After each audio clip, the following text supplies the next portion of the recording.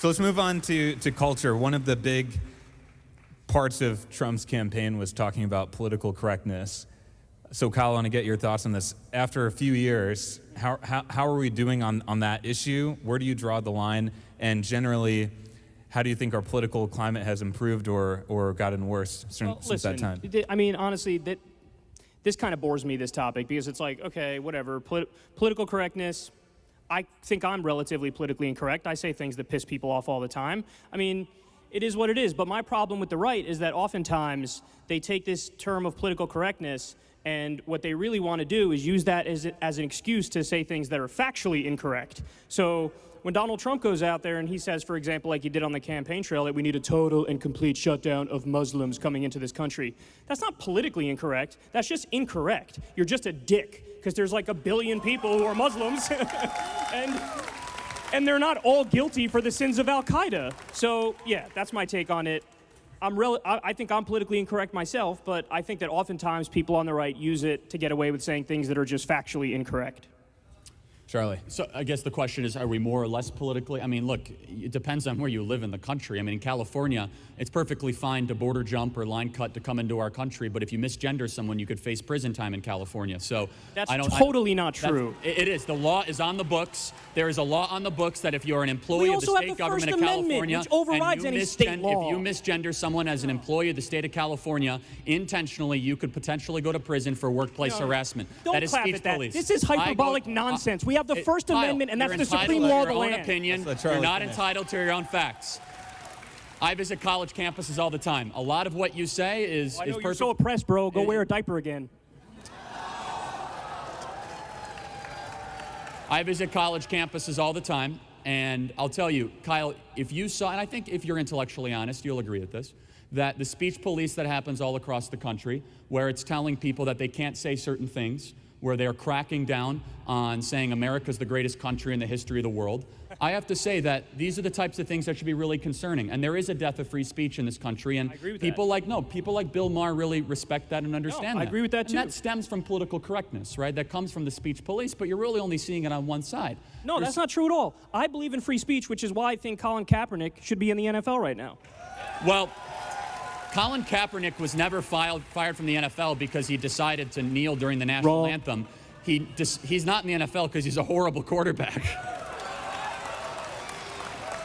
Yeah, look at all these NFL experts over here. I'm sure they know what they're talking about. If Colin Kaepernick was any sort of decent quarterback and not throw 14 interceptions and only 8 touchdowns in his last season with the San Francisco 49ers, of which they are now undefeated thanks to Jimmy Garoppolo doing a lot better than they were under Colin Kaepernick.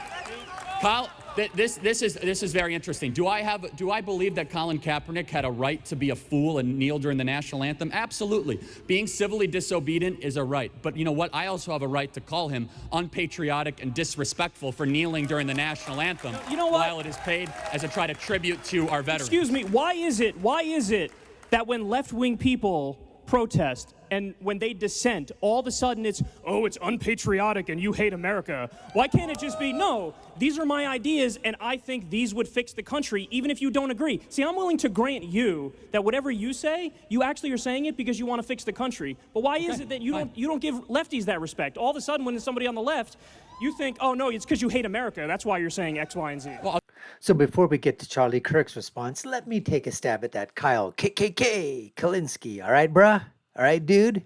Let me go ahead and take a stab. Why is it that when the left does it, it's unpatriotic? Why is it when the left does it, it's just bad for America?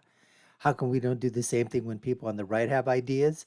I'll tell you why, Kyle KULINSKI. It's because I can give you examples of the ideas that are unpatriotic. I can give you ideas that are bad for America. Let's talk about transgenderism. Let's talk about that men can be women, women can be men. Let's talk about the fact that a man can go into a woman's bathroom or a woman's shower just because he feels like it. How about, like Charlie just said in California, that at the state level, if you intentionally misgender somebody, you potentially could face fines or go to jail. How about that? How about being, in terms of, doing things that are going to destroy the fabric of the country? What about the border? Huh? The open border policies of this country.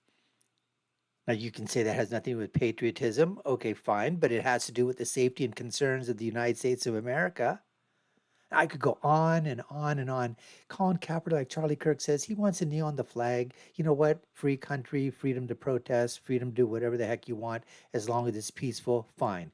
But if I want to, I can say that's unpatriotic. I can say that's unbecoming. I wouldn't do that type of thing. It's like people when they burn the flag. You've got a First Amendment right to do it. But I would say that's being unpatriotic to your country. Other people around the world don't go around burning their flags of their country. Not that I know of. I mean, unless there's some type of military coup or something going on or whatever. But this is the United States of America. Anyways, folks, this is what we have on tap for you today. You're watching the Dr. Nasir Shaikh Show. I'm your host. My name is Dr. Nasir, where I give you my political prescription from my political perspective of what's happening when all these things collide, like at a debate with Charlie Kirk and Kyle KKK Kulinski, social media, culture, religion, science, politics, policy, government, come crashing together. Let's get to the answer to Kyle KKK Kulinski's question by Charlie Kirk. We'll do that right now. Why? So the tradition of the national anthem that was incorporated post-World War II in the National Football League and was instituted was to try to remember veteran sacrifice during World War II, the Korean War, and Vietnam War. Thank you for your service, thank you for your service. And the reason that Colin Kaepernick was being selfish is during a moment when you're supposed to be somber and reverent, when you're supposed to reflect on the blood and the sacrifice that veterans put, he decided to make the cameras point at him. Not point at the veterans, not point at the flag. It was selfish for him to do that, to try to misrepresent a highly complex issue that is criminal justice reform at a very bizarre time to do it during the singular time in a sports ceremony when we take a moment to remove our hats and put our hands over our heart to remember the veterans that gave everything so that we can live in the greatest country ever to exist in the history of the world. Charlie, what do people like Charlie say? Destroy buildings? Yeah, I'm going to speak against them. Yeah, but what do you say when that happens? They go, you know what? My only issue with these people is if only they would protest police brutality through peaceful methods, I would be okay with it. And then Colin Kaepernick does exactly that, and you flip on him. No, again, I said he has a right to do that. I also have a right to critique his decision. And so and you have a right to be wrong. Of Baltimore during the movement, the mayor of Baltimore, while all this was happening, remember she said, we need to give our people space to riot. I mean, there's nothing admirable about destroying property in your own community when you're trying to protest injustice or brutality. I'm not sure what kind of argument you're trying to make. The point, right over your head. I agree with you. Rioting is bad. That's why I think what Colin Kaepernick did is good, because he's protesting through peaceful means. Of course. Sure. So, and I'm saying he was being a selfish individual that was all about himself during a ceremony that was all speaking about veterans. So we're talking in circles here, broader about political correctness. I'm not the one that's going to say Colin Kaepernick should not have a right to do that. In fact, I defended his right to be incorrect and his right to be selfish and his right to be wrong. That's what makes this American experiment so special. I will say this.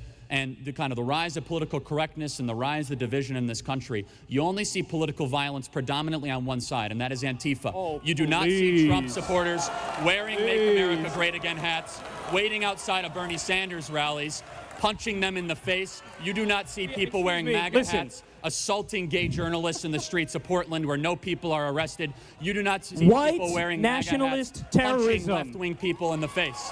Something of which, very important point, Kyle. Guess what? I denounce it, the president denounces it, yet half the people running for the Democrat Party have not denounced Antifa. Why do people running for the Democrat nomination not denounce Antifa? Oh, yeah, bro, a paramilitary organization that goes around around and pounds people on the head if they dare disagree with them. Could you imagine for a second if people were wearing MAGA hats and going and beating journalists in the streets? I can, because they did it as rallies. Rightfully arrested. So we want to talk about culture. Show me where conservative Antifa is. Show me a well-funded, well-organized an organization that was not denounced by the president or people like it that go after political opponents. You can't find it, and there's a reason why the Democrats will not denounce Antifa. It's because if you want to see the face of the Democrat Party, I'll show it to you. They're wearing a mask. Okay, all right, Kyle gets the last word on this. Listen, Charlie, you're not debating the Democrats. You're debating Kyle Kulinski. If you just asked me, it would have been very simple. What do you think of Antifa? Do I denounce Antifa? Yes. I denounce political violence. But I think it's really interesting that you started this whole rant by acting like political violence is only on the left. That's the dumbest fucking thing I've ever heard in my life. I said predominantly. So show me a singular instance where there are people wearing MAGA hats waiting outside of a leading Democrat. I'll do you one better. How about a guy named Caesar Sayoc who murdered people with a fucking MAGA hat on? And he sent bombs to Republicans. He sent bombs to Democrats. That guy was mentally unhinged, and I'm not going to defend him, and I'll denounce him. Good. Or how about the shooter in Dayton, Ohio, that said Elizabeth Warren was his hero, and then he went and shot 10 people? What about that, Kyle? Oh, Elizabeth we can go Warren, back and forth all day long with real dangerous. Or how about the guy Warren. that shot up the congressional baseball field that loved Bernie Sanders? We can go back all day long. All right, we're gonna move on. We're gonna move on from this. All right, let's. Well, that went down pretty fast. I mean, Kyle, KKK Kulinski, just started, I mean, F-bombing, using, personal attacks against, Charlie. I mean, that was just absolutely, that was completely uncalled for. And you saw at one point, Charlie just sort of looked at him. I think he wanted to say something, but he composed himself and he went back on point and kept driving home his points or whatever. So once again, Kyle's showing the true colors of the left because they're arguing. And are there instances where people that claim to be on the right, the extreme far right, have done acts of violence? Absolutely. But we tend to see it, if you were to take it and you really want to be intellectually honest, it's just no absolute comparison. But what do people like Kyle, KKK Kulinski bring up? They bring up the KKK, white supremacist. When's the last time that you heard of a group of white supremacists running around in masks,